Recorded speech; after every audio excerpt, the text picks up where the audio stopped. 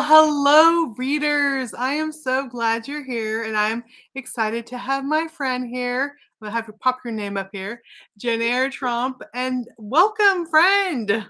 Thank you so much. Thank you for having me on. Hi, everybody. Yeah, we're going to be talking about your book. We have to show them this book, Shadows in the Mind's Eye. I had to make sure I got the words right. Shadows in the Mind's Eye. So good. Thank So you. good. I read it a couple months ago. Loved it so much. But before we talk about this, why don't you just start by telling us a little bit about yourself? So I am kind of a unicorn. At least that's what I've been told. Yeah. So actually a book editor. That's my day job. And then I'm also an author, and that's kind of an odd combination, I guess. To me, it's normal. I'm Yeah. normal.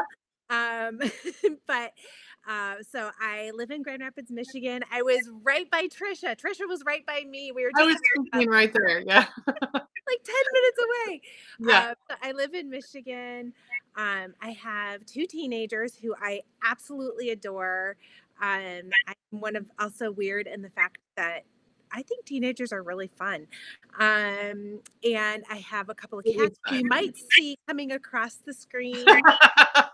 I have a dog. I have a dog right My down dog here. under my feet, but he doesn't jump on my lap like my cats do. So Yeah. Awesome. Well, great. Okay, so let's talk about the book first.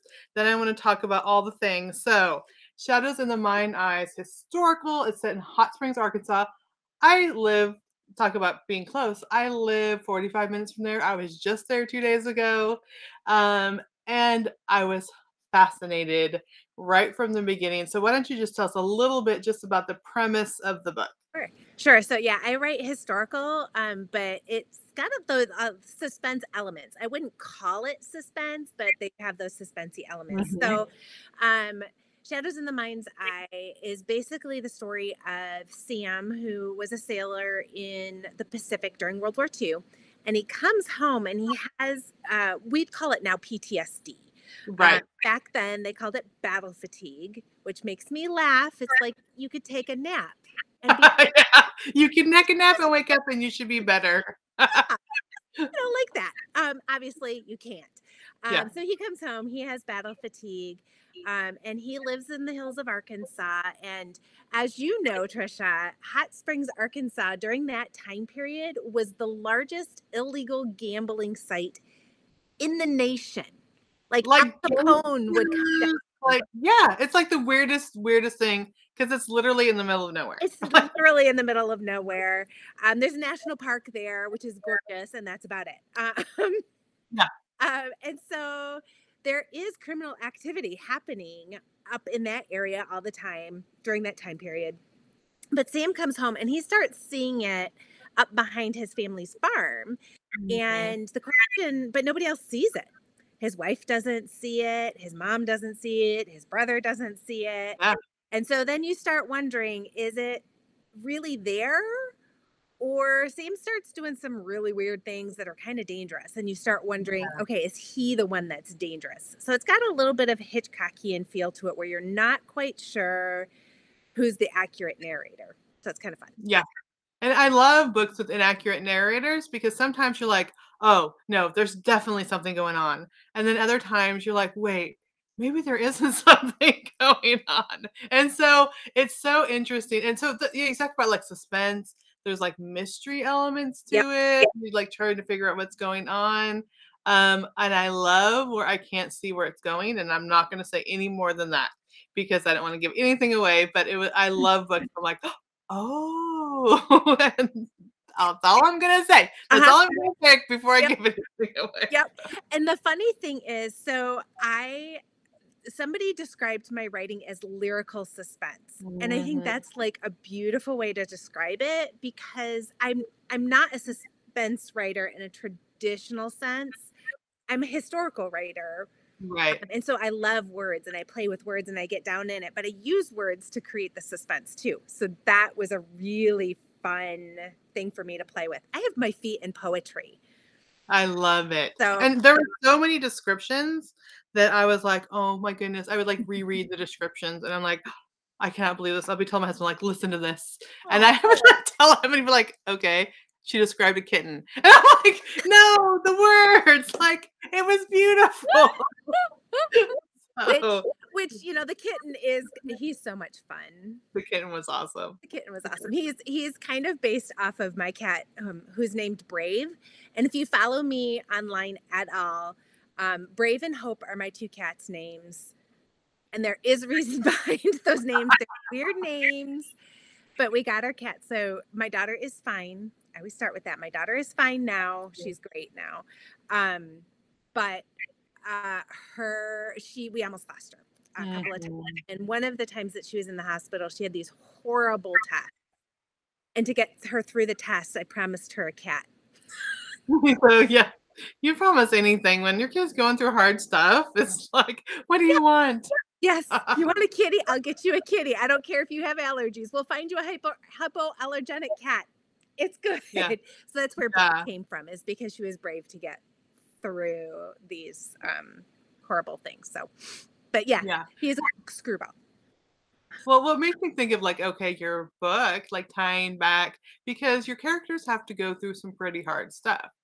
And I think authors always kind of pull stuff from their lives, like emotions and stuff you have to go through, and trying to find hope and wondering if there is any hope. I mean, all those things. So you just talk about your daughter. You almost lost your daughter um, during the season of your life, and then this book. That every character has these layers to the character. It's not like there's some books. I mean, it's more about the action and the suspense, and you kind of know the characters. These, like, the characters have depth, and you can tell what's going on. And there's backstories, and there's history in their lives, and there's pain in their lives, and the pain is kind of coming back as these new things are happening in their lives. So, do you think, like, some of the stuff, the struggles that you went through, kind of made its way, not exactly, but through the themes and the emotions of the book? Yeah, absolutely. So this book, I actually started before my daughter got sick Okay. and finished after. Okay. So there's definitely, I have some PTSD from just some childhood stuff that I went through. And so that was how I started crafting his PTSD. But then with everything my daughter went through, both she and I had medical PTSD coming out of what she went through. And yeah, a lot of that went into it. And I have to tell you, it was kind of scary to go back into that place before. I can't even say before I was fully healed, because I wouldn't say I'm fully healed. Yeah, yeah. You know, because healing is like that process where I saw this really good graphic the other day, and it's like, you know, grief doesn't get smaller, you just get bigger around it. So the grief kind of stays the same size, but your capacity gets bigger and bigger. And so, you know, it'll never really go away. You know? Yeah. It just is different. And so I was able to pour some of that into, especially Annie, the caretaker. Yes. Oh, is the wife of Sam. And so she's in this place where she is trying to love somebody that isn't at all what she remembers. And so it's a love story in a lot of ways, because you have essentially two strangers coming back together who should have known each other, but they don't anymore. Yeah. And so It's that almost like you have to fall in love again. Yes. Yeah. Yes. And so all of those classic moments are there for all of you out there that love the romance. There's the almost kiss, and all of the things interrupted by the cute little daughter, and all the things are there. All the romance elements are there too, which I have to admit, I am not a romance writer. Oh, really? Some of the hardest scenes for me to write, which it is what it is. We all have our weaknesses, I guess. Yeah. That's so funny. Yeah, those romantic tensions, they take more work than you think. Yeah. And getting them right is a lot of work. That push in the pool, and you're like, kiss already, come on. Well, and the funny thing is, so my husband and I met when I was 15. Oh, wow. So, and we were on again, off again, but we started dating when I was 16. So it's a weird place for me to go back into, because it's been so stinking long since I had that. Yeah. Oh, that's so cool. Yeah, so, I mean, the book, okay, has the suspense and mystery elements, very literary and lyrical with the poetry part of it. Then there's the romantic tension. I'm telling you, I've told so many people, like, "You gotta read this book." And, part of the avid readers of Christian fiction, like, "What book do you recommend?" This one, Shadows in the Mind Eye. You gotta read this one, it's so good. So I was recommending it a lot, which is why I wanted to talk to you because I'm like, "Okay, this is such a good book." And I think it's one of those, people find it easy to go straight towards the well-known authors, which we do. We love those books. But then there's these ones that you're like, okay, this is the first one I've read by you. And I'm like, okay, where's more? Where's more? Where's more? Which is always fun to find a new author, which you're like, I cannot wait. So I do want to mention you have more. Let's talk about more. So Yes. Oh, this now. hang on, can I get it in there? There we go. So A Little Town is actually a novella collection, and it comes out a week from tomorrow. So the Oh, 27th good. September, and it's with Amanda Wen and Deborah Rainey. And Deb Rainey is somebody that I think most everybody on Love the her books, reader yes. is familiar with. Amanda Wen was up for a bunch of awards last this year she was up for awards. I'll tell you what, when you're actually in the industry, I'm working on books from 2023 and 2024. I have no idea what year it is. So it's so true. Ever. I have Yeah. to think really hard. So anyway, but they all take place in a little town in Michigan that we made up, but it's patterned after my hometown of Byron Center, kind of mashed up with Dorr, Michigan, which is just a little south of us. I was just in Holland. I just spent the afternoon in Holland, It's which I gorgeous. fell in love with it. It's so cool. Yeah. Michigan is in the summer, you cannot beat it. In the winter, it's a little cold. Let's just be honest. It's a little cold. It hurts, but that's okay. Um, but the reason is I kind of strong armed my authors into putting it in Michigan because, so here's a little known historical fact for you. The Japanese during World War II bombed the continental United States hundreds of times, as What? far east as Michigan. And one of those bombs, so they sent up these huge balloons into the Oh, I heard. Yeah. and they came across the ocean, and then they dropped anti-personnel and incendiary bombs on the U.S. One of them balloons dropped in Dorr, Michigan. It is literally 5 minutes from my house. The No way. balloon still exists. It still exists, and it's in a box in the Byron Center Historical Museum, which is a mile from my house. Wow. I had to write about World it. War II? So is this World War II, like all the books? It is. So Amanda does, I think it's 1910. It's it's 1910s. I don't remember the exact date. And then mine is World War II. And then Deb Rainey's is contemporary. But we Easter egg in all three of them because it takes place in the same little town. Oh, good. Okay. Oh, that is awesome. Oh, I'm so excited about that. I have a copy that I have somewhere in my pile of books. I am so excited. I'm going to be digging that out and getting to it because I love those type of stories. And I was just there, and one of the places I went to was an antique mall right downtown in Holland. Oh, yeah. And one of the things I found was a thick book.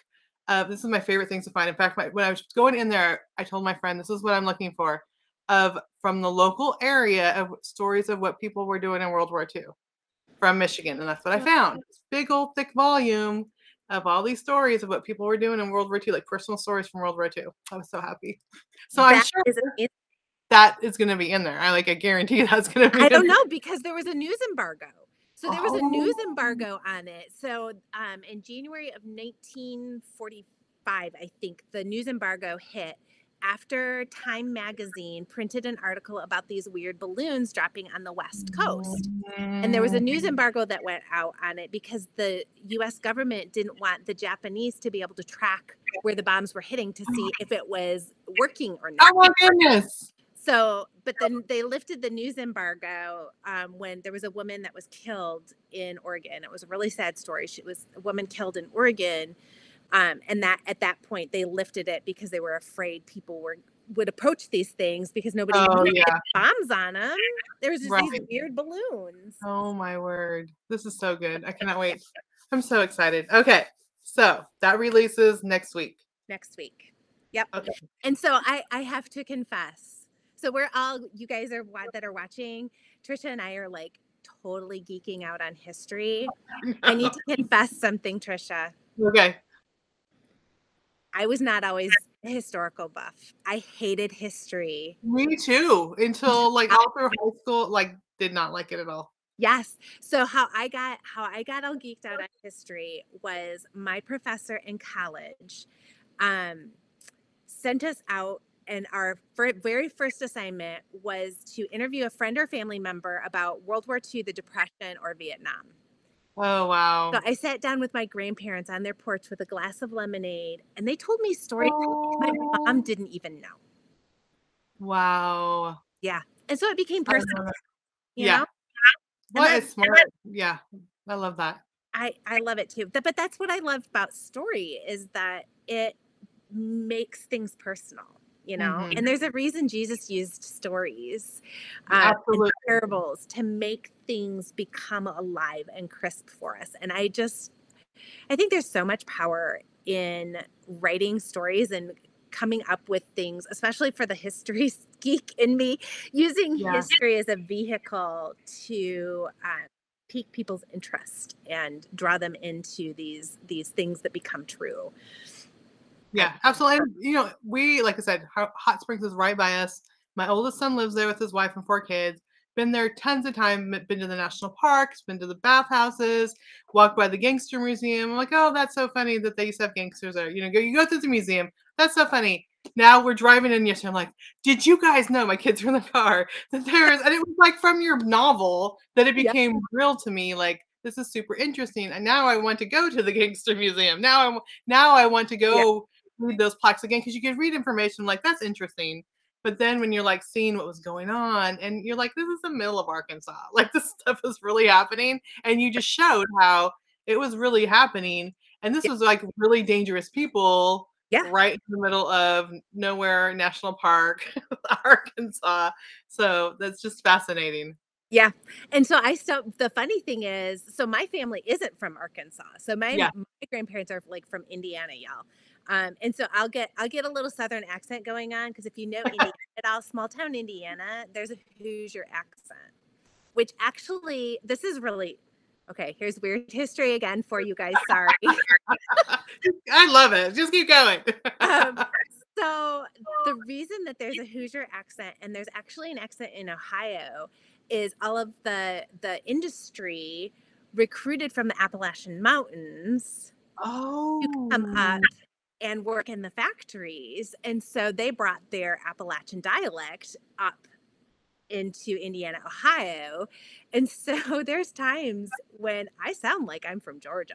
yeah, yeah, Like when I start talking about my grandma, it's my yeah, grandma and not yeah. grandma, you know? So anyway, but I was looking for a place to set this book. And one of my good friends was like, so if you're looking for a small town, my family's from Arkansas and we have a book of history. Oh, And I'm like, you have a book of your family history? And she's like, yeah. And she literally handed me, I was just looking to see, I don't have it right by me. I used yeah. to have it like tucked right under my desk. It's literally like a big stack of papers with like a tape binding on it.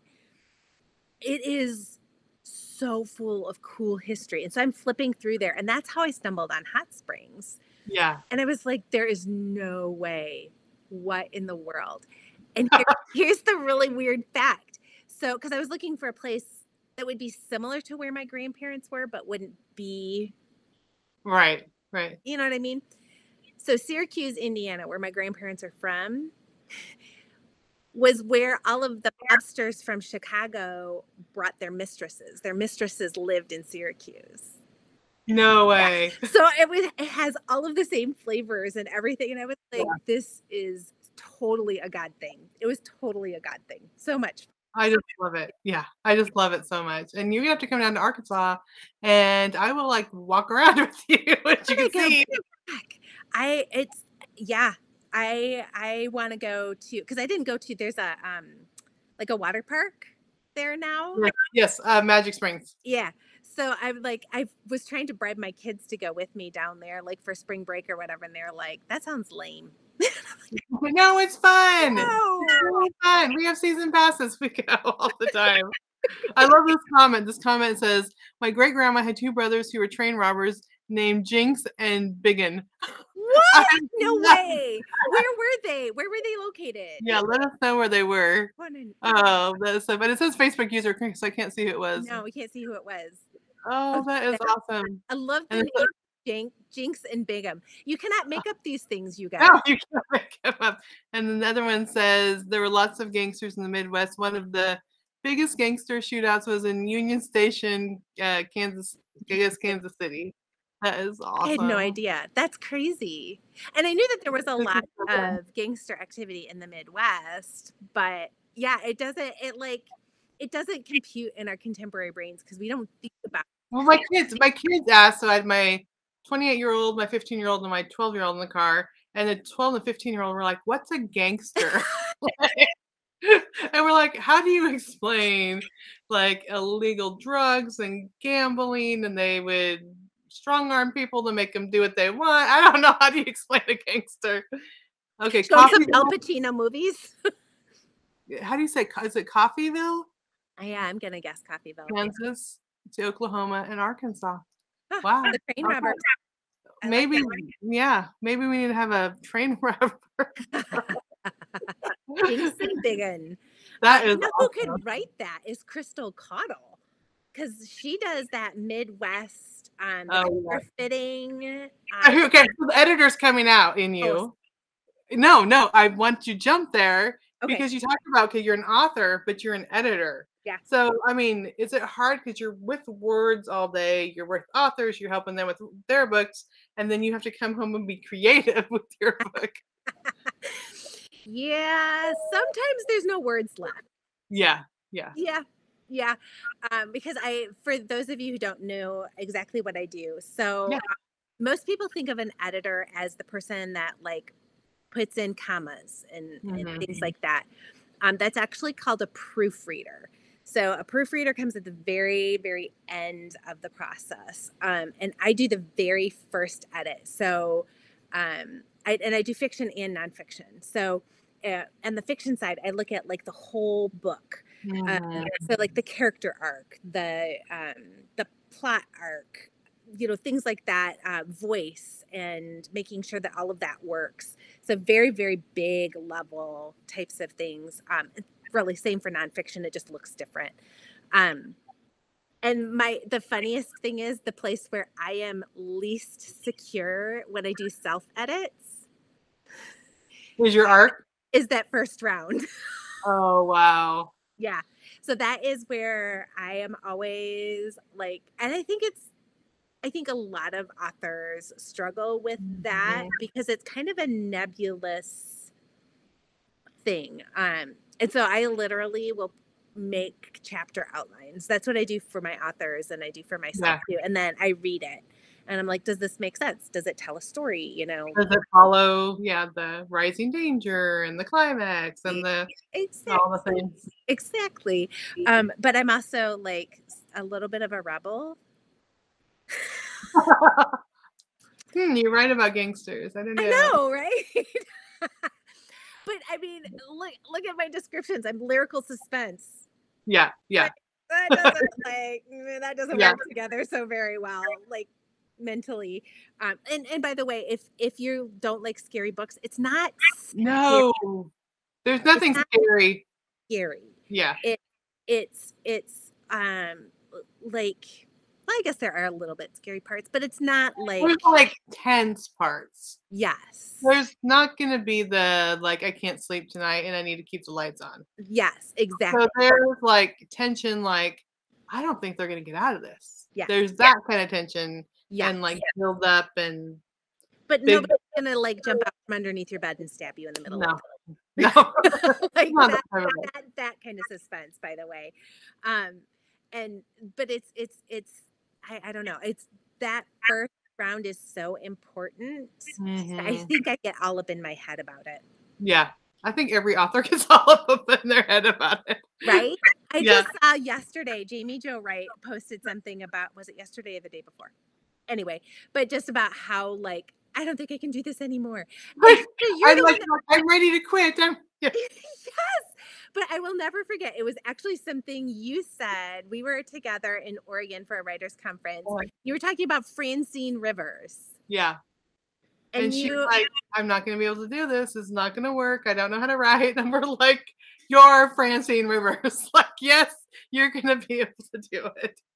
Yeah. but I will tell you that had so much meaning for me. Like I keep telling myself, okay, Francine Rivers struggles this way too. It's Mhm. okay that you do. You will get Yeah. through this. Yes. But Yeah. there are And times when I'm pretty sure books will kill me. yeah, when I mentor people, they're like, "It's horrible. I hate the whole thing. There's nothing good." And I'm like, "It'll be fine. You're gonna just keep going. There'll be some stuff that needs to be fixed, but you don't need to throw out your whole book." And sure enough, there's stuff that needs to be fixed, but they don't need to throw out their whole book. And Yeah. that's usually the way it goes. Yeah. I will say though, the book that I'm currently writing, so the book I'm currently writing, um, kind of glances off the deinstitutionalization of the state mental hospitals. Ooh. That's like these are not light subjects that you're writing about. No, I No. don't make it easy for myself, Trisha. That's what I was Yeah. saying. For whatever reason, God has me in places that are Mhm. just hard, and dark, Yeah. but I never want them to I never want them to be oppressive. I mean, the one thing that Shadows in the Mind's I was wanted to do so much was to give hope at the end. Like I did Yeah. massive amounts of research because there's very little help during World War II for Mhm. people that struggled with mental health issues. And so I actually worked with a counselor and I read so many books, Yeah. so many books about how what battlefield PTSD does and how we can combat it and what you can do. And there was Mm. actually things that I stumbled on that he would have had access to. So I gave him all of those things, Yeah, yeah. to be able to give him to give hope at the end. Because I don't think we talked about it here, but the impetus for this book was me realizing with all of those stories that my grandparents told years later, I figured that my grandfather had PTSD. I bet. Yeah. I bet you most of the veterans. Yep. Yeah. Anybody that saw battle in any way would be affected by it. My grandfather Mhm. was actually a liaison pilot, so he like 7 out of 10 of them did not come back. Wow. Yeah. So they went up in a Piper Cub, which if anybody knows what that is, it's just a tiny little I tiny mean, little plane. yes, I've seen one in a museum before. Like, you can feel like you can lift it up. Like, it's Yes, so yeah. no mounted gun. The only gun was the rifle that the spotter sitting behind the pilot. That was their only guns. Mm. And they would go up and they would direct fire for their artillery. So they were actually attached to ground troops. Um, and he self-medicated with alcohol. Yeah. Yep. And that's what a lot of them did. Yep. Um, yeah. A pipe, So somebody's like a paper cup. a, oh, a Piper Cub, Pipercub. yeah. So It's yeah, a but pretty much a paper cup. Yes. basically, it was a paper because they're It was. tiny. They're, like, tiny and very light. Hmm. Yep. Okay, so I loved it. I mean, we could talk all day. I love all the history. I love everything you share and very true to life, emotions true to life, relationships true to life. The mystery part of it was excellent. So, and then you have your new book, which Yeah. I'm digging out of my pile and gonna start reading. So good. So, where can people go to get more information about you and your books? So I always tell people if you can spell my name, Yeah, find me. right here, write it down. So write it down. JanyreTromp. That's my website, which by the way, I have, if you sign up for my newsletter, I have a free novella you can download Ooh, that is Vietnam era, um, short little novella. And then that's my handle everywhere: TikTok, Instagram, Facebook. so if Uh, they put your name in, they will find it. yep. If you forget how to spell it, look up her book. Yeah. And then her name's on the bottom.